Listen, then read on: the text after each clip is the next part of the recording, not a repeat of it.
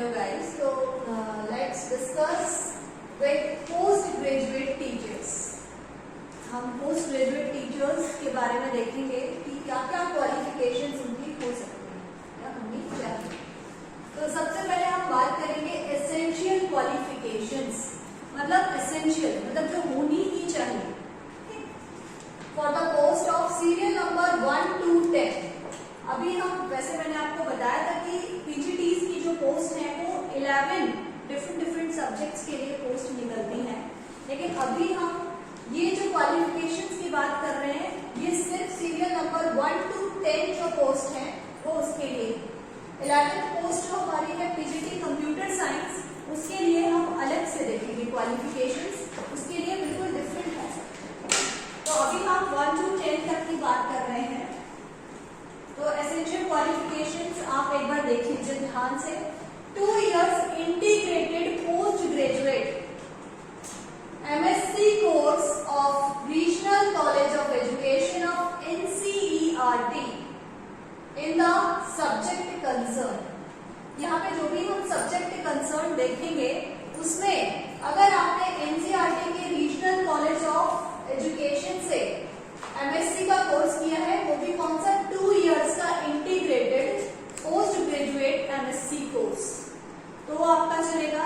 अगर आपके पास ये कोर्स नहीं है तो और में हमें दिया है मास्टर्स डिग्री, कहीं से भी कोई भी रिकॉग्नाइज्ड यूनिवर्सिटी से अगर आपने मास्टर्स की डिग्री ली है with at least 50% marks.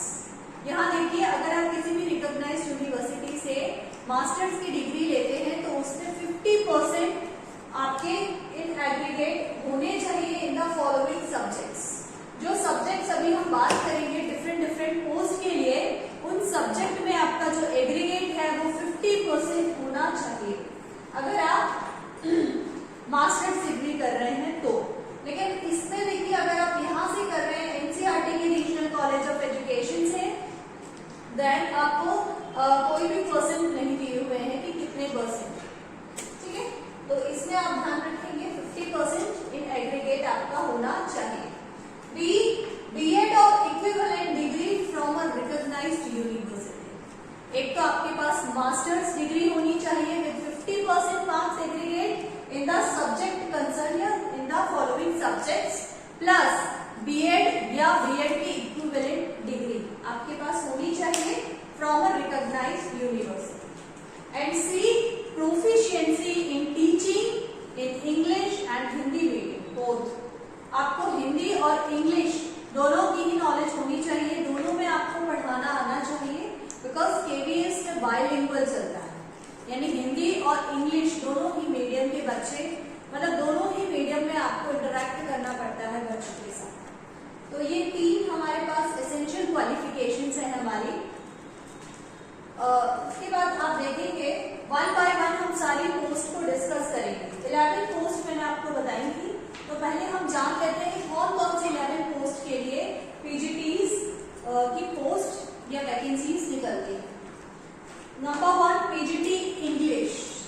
PGT English मतलब इंग्लिश का, PGT Hindi, PGT physics, PGT chemistry, PGT economics, PGT commerce, PGT maths या mathematics, PGT biology, PGT history, PGT geography and lastly PGT computer science, ठीक है।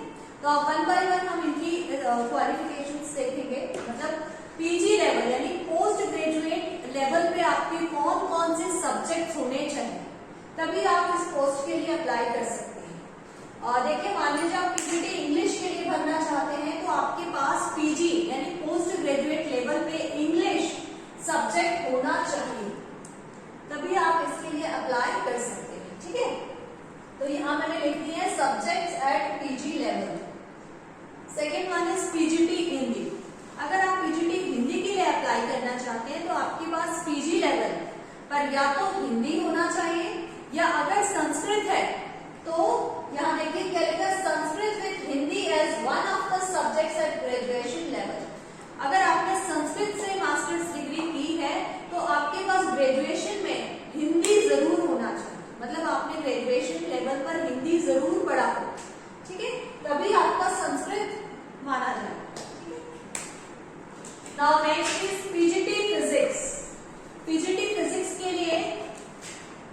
या तो आपने जो मास्टर्स डिग्री है यानी जो पोस्ट ग्रेजुएशन लेवल पे आपका फिजिक्स होना चाहिए। जितने भी ईयर्स का आप कर रहे हैं कोर्स उसमें हर बार आपका फिजिक्स होना चाहिए। ये जो भी मैं आपको सब्जेक्ट्स बता रही हूँ वो पीजी लेवल में आपके हर ईयर में होने चाहिए, है ना। तो फिजिक्स आप देखिए, या तो फिजिक्स से आपने किया हो पीजी में, यानी सब्जेक्ट आपका जो है वो फिजिक्स रहा हो, या इलेक्ट्रॉनिक्स रहा हो, या अप्लाइड फिजिक्स, या न्यूक्लियर फिजिक्स।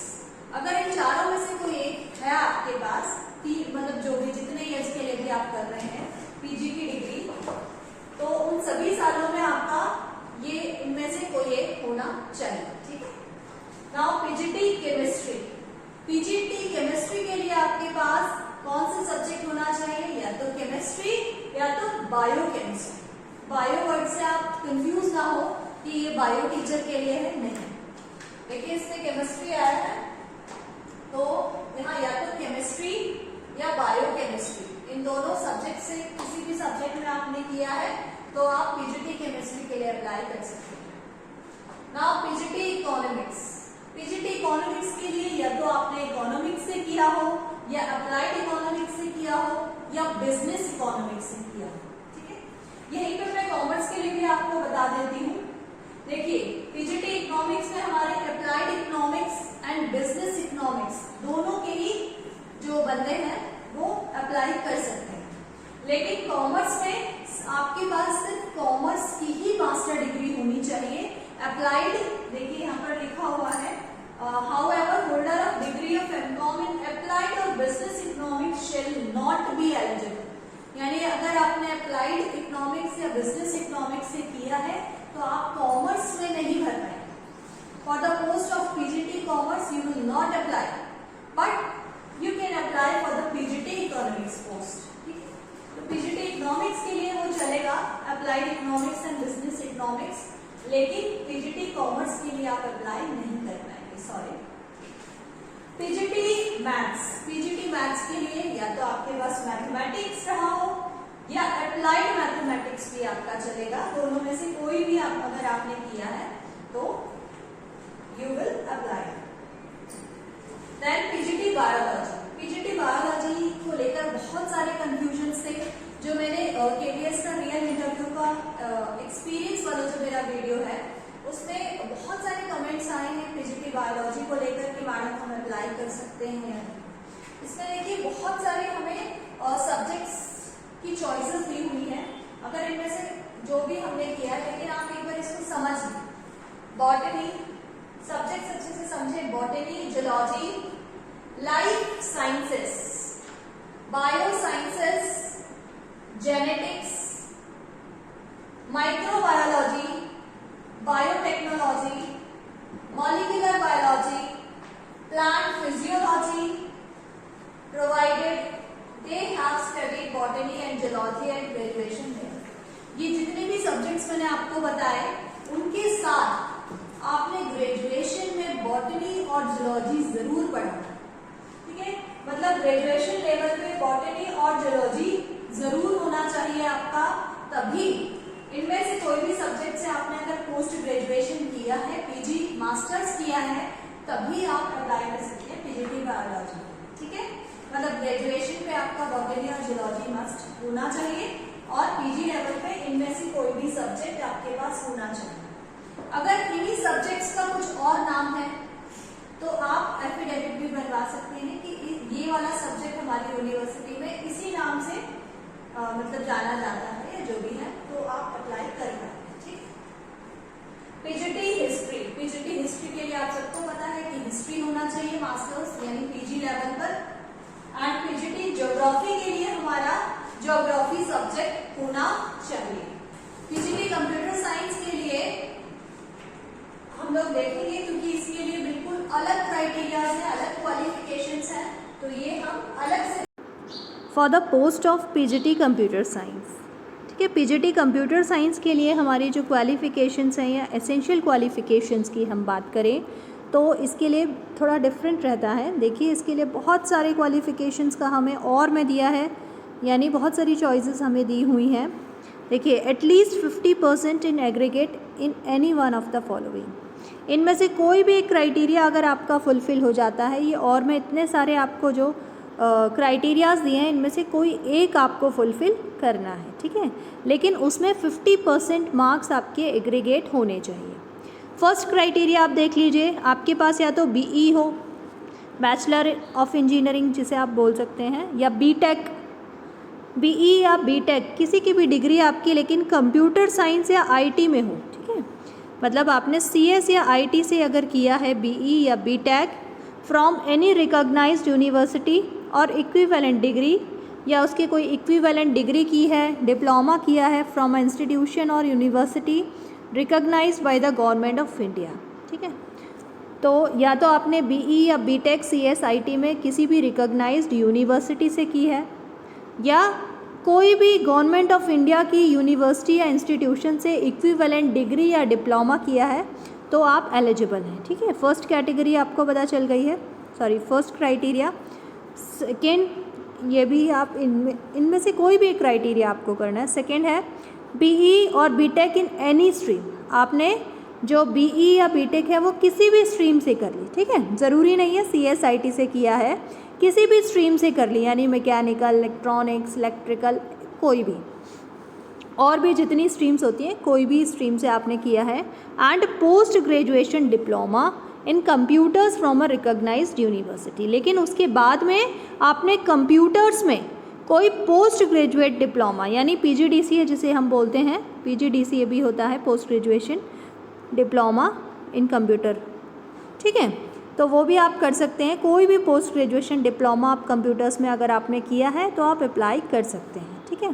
थर्ड हम देखेंगे, थर्ड वन क्या है, MSc कंप्यूटर साइंस। आपने कंप्यूटर साइंस में अगर MSc की हुई है या फिर आपने MCA किया हुआ है या कोई और इन दोनों के इक्विवेलेंट आपने कोई और डिग्री की हुई है, तो भी आप रिकॉग्नाइज्ड यूनिवर्सिटी से तो आप अप्लाई कर सकते हैं।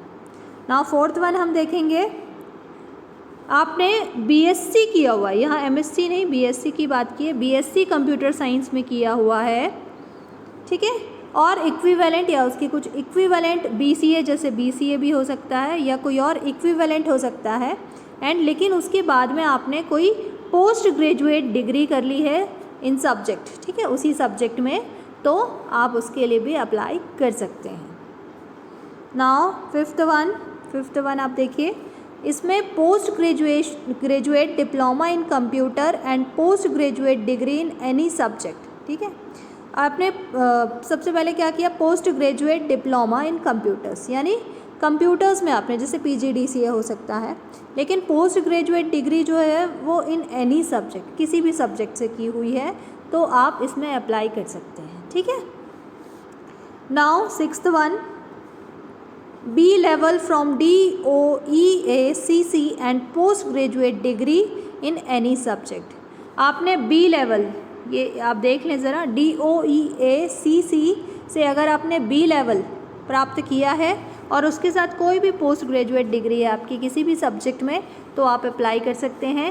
या DOEACC ministry of information and communication technology and graduation से अगर आपने C लेवल सर्टिफिकेट है आपके पास C लेवल का, तो भी आप अप्लाई कर सकते हैं, ठीक है। तो ये आप अच्छे से देख लें इसकी क्वालिफ़िकेशंस। इसके अलावा proficiency in teaching Hindi and English medium, ये तो सभी में रहता है कि आपको हिंदी और इंग्लिश मीडियम दोनों में प्रोफिशिएंट होना है। फॉर सब्सिक्वेंट प्रमोशन, देखिए इसमें वैसे B.Ed नहीं मांगते हैं, बाकी PGTs के जो भी मैंने पोस्ट बताए थे सब में B.Ed जो है वो कंपलसरी था, लेकिन इसमें क्या लिखा हुआ है, फॉर सब्सिक्वेंट प्रमोशन। आपका प्रमोशन तब तक नहीं हो पाएगा, यानी कि आप PGT से प्रिंसिपल या जो भी बनना चाहते हैं, वाइस प्रिंसिपल, तो आप तब तक नहीं बन सकते, आपका प्रमोशन तब तक नहीं होगा जब तक आपके पास B.Ed की डिग्री नहीं होगी, ठीक है। मतलब PGT बनने के लिए B.Ed नहीं चाहिए, वैसे सारी PGTs के लिए चाहिए, लेकिन कंप्यूटर साइंस की अगर हम बात करें तो इसके लिए B.Ed कंपलसरी नहीं है, लेकिन आपका प्रमोशन तब तक नहीं होगा जब तक आप B.Ed नहीं करेंगे। तो उसके बाद B.Ed करने से अच्छा आप पहले से ही B.Ed करके रखें ताकि प्रमोशन में आपको प्रॉब्लम ना हो। और आपकी जो भी क्वेरीज़ होंगी वो आप कमेंट सेक्शन में लिख सकते हैं।